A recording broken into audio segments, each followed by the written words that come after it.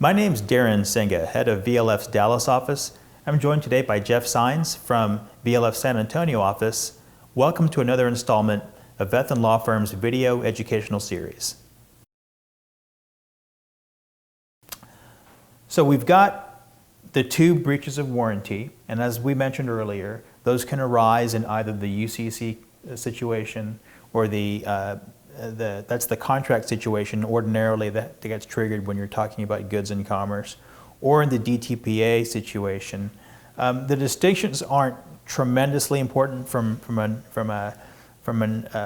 end user perspective. From a lawyer's perspective, they can end up having quite a few ramifications in terms of exactly how the pleadings work, how some of the limitations might apply, how some of the exclusions may apply.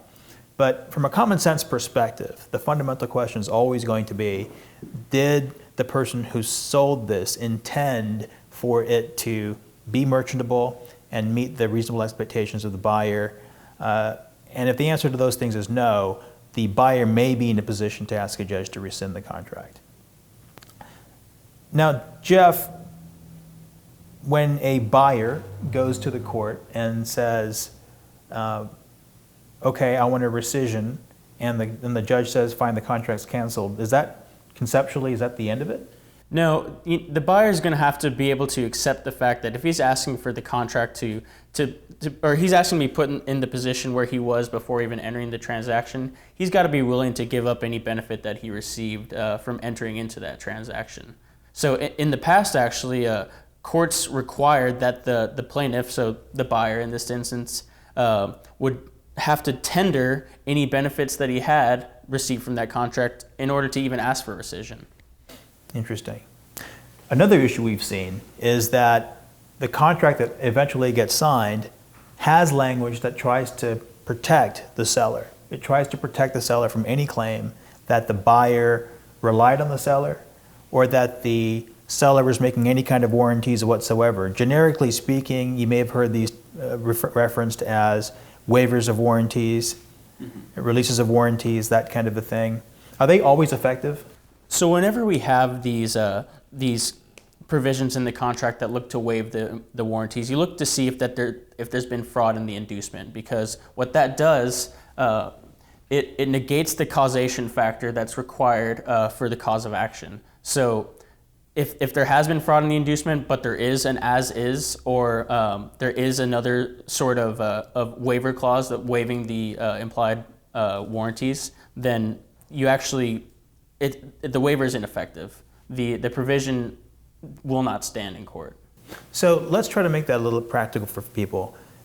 Let's say the parties enter into a contract to sell widgets, and the contract has an as-is clause. But in the review of that as-is clause, the person who's reading it asks, so this is the buyer, asks the seller, hey, what does all this mean? And the buyer says something like, oh, don't worry about that. We'll always make it good. Mm-hmm. That has no impact on what we're doing here. Right.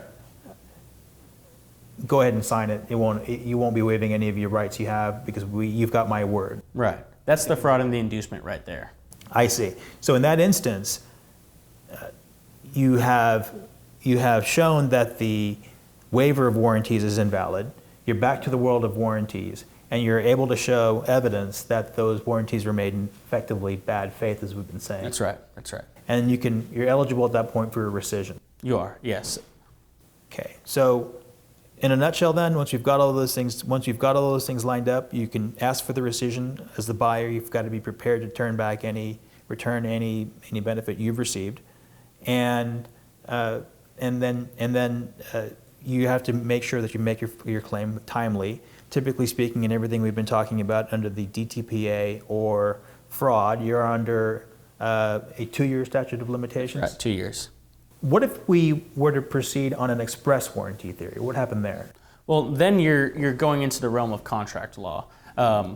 When you're trying to sue on an express warranty, you're not trying to rescind the contract. You actually want to show that, you made this warranty, I relied on it, this is a part of our contract. So when you're suing on express warranties, it's actually enforcement of the contract. And so your entire ability to rescind it, those kinds of things, break out completely differently. You're trying to actually keep them to their word. which is the opposite of the contract that didn't exist. That's right. This has been another installment in Beth and Law Firm's video educational series. Take a look through our website for more topics. Thank you.